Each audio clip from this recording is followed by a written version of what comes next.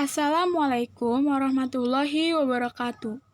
Nama saya Mida Nurani dari kelas 12 IPS 4 nomor absen 28. Saat ini saya ingin menjelaskan materi sosiologi tentang modernisasi dan westernisasi. Hal pertama yang akan kita bahas dalam bab ini yaitu globalisasi dalam perubahan sosial.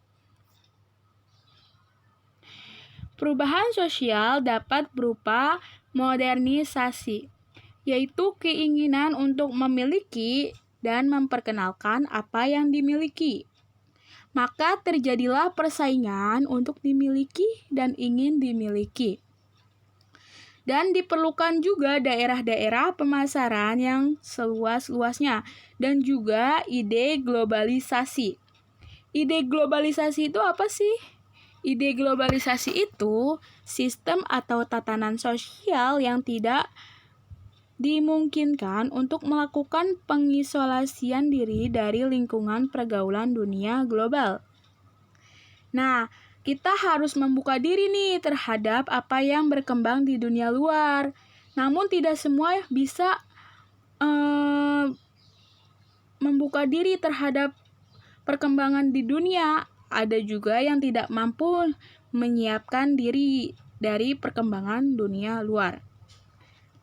Ada dua kemungkinan yang akan terjadi apabila seseorang tidak mampu menyiapkan diri dari perkembangan dunia luar, yaitu mengalami culture shock dan juga mengalami culture lag.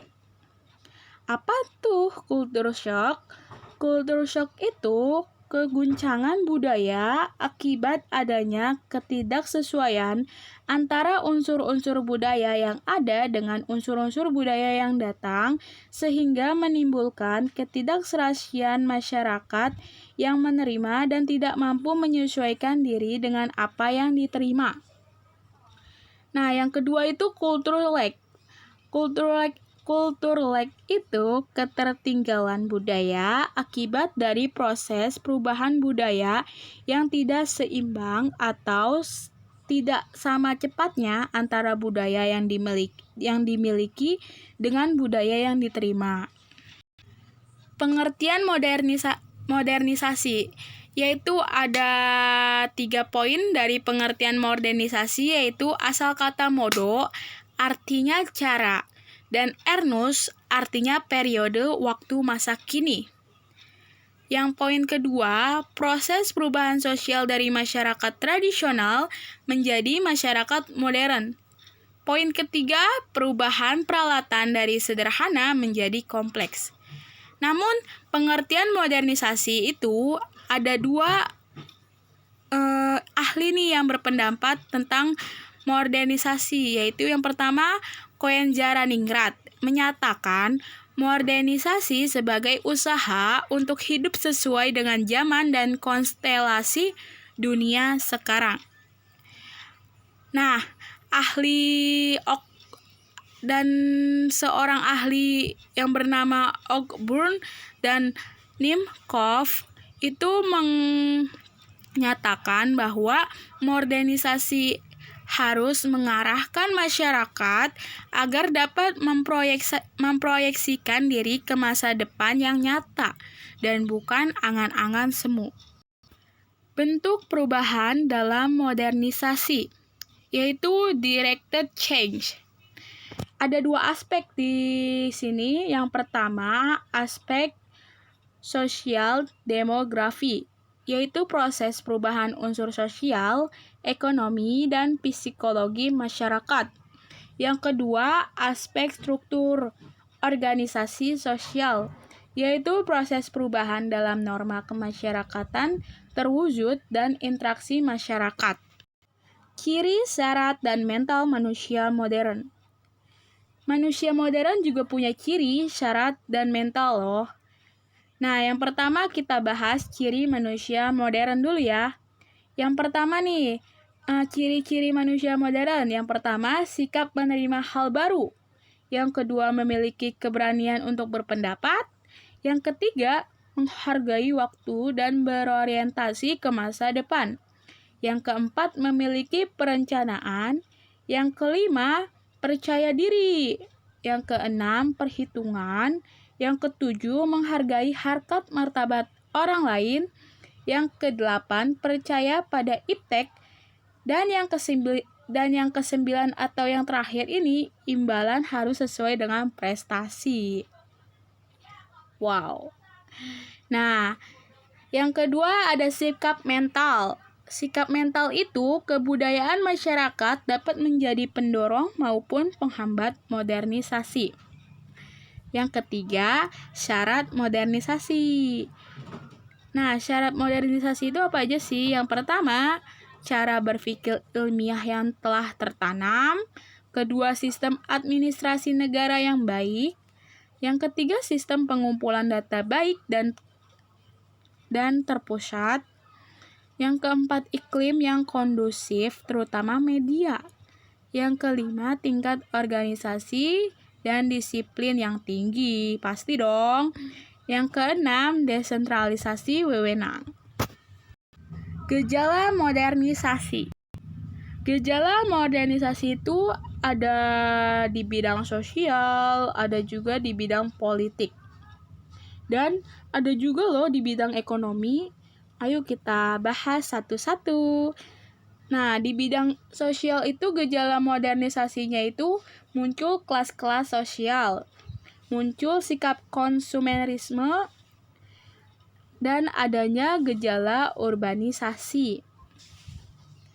Di bidang ekonomi, gejala modernisasi itu munculnya industri besar, adanya tenaga ahli, adanya perkembangan dalam bidang industri, sudah menggunakan teknologi modern, dan masyarakat memiliki mata pencaharian di bidang industri dan jasa. Yang terakhir, di bidang politik. Ada partisipan rakyat dalam pembangunan, ada tersedianya sarana dan prasarana informasi, dan juga berlakunya hukum secara sistematik. Konsumerisme adalah dampak negatif dari modernisasi. Nih yang tadi nih di bidang sosial ya.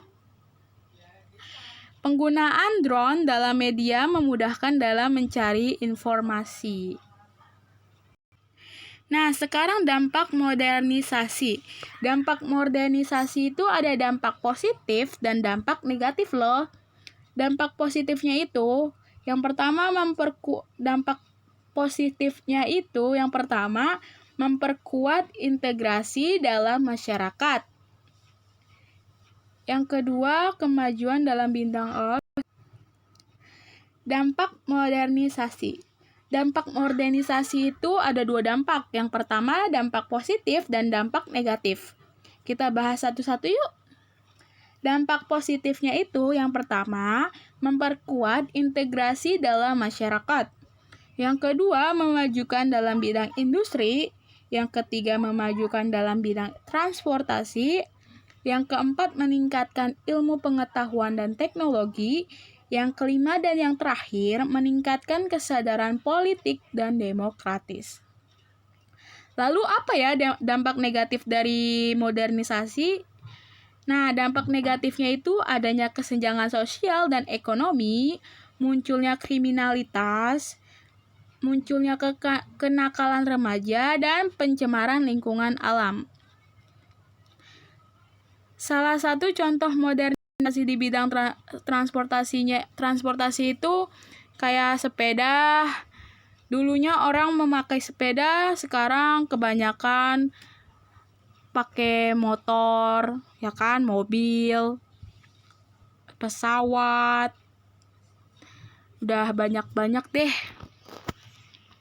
Nah, sekarang kita membahas westernisasi. Tadi kan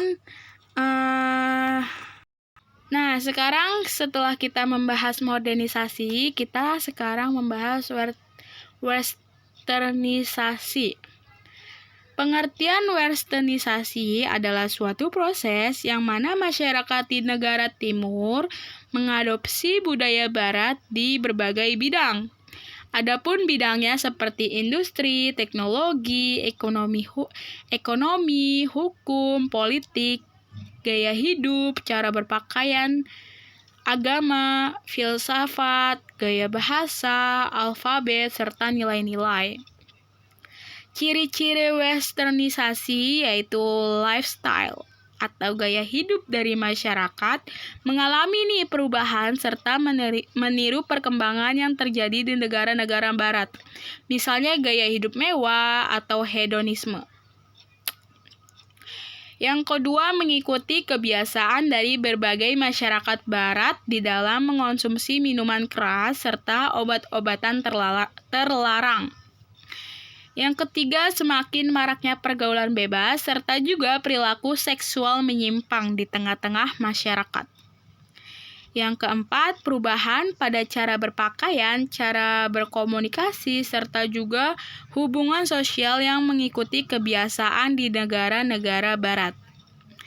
Yang kelima, yaitu masyarakat juga semakin individual loh, disebabkan sikap gotong royong yang menjadi ciri khas bangsa Indonesia itu semakin terkikis.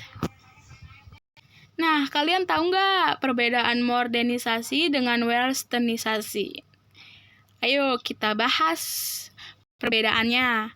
Kalau modernisasi itu mutlak ada dan diperlukan oleh setiap negara dan tidak mengesampingkan nilai-nilai keagamaan. Namun, kalau westernisasi itu mutlak pembaratan.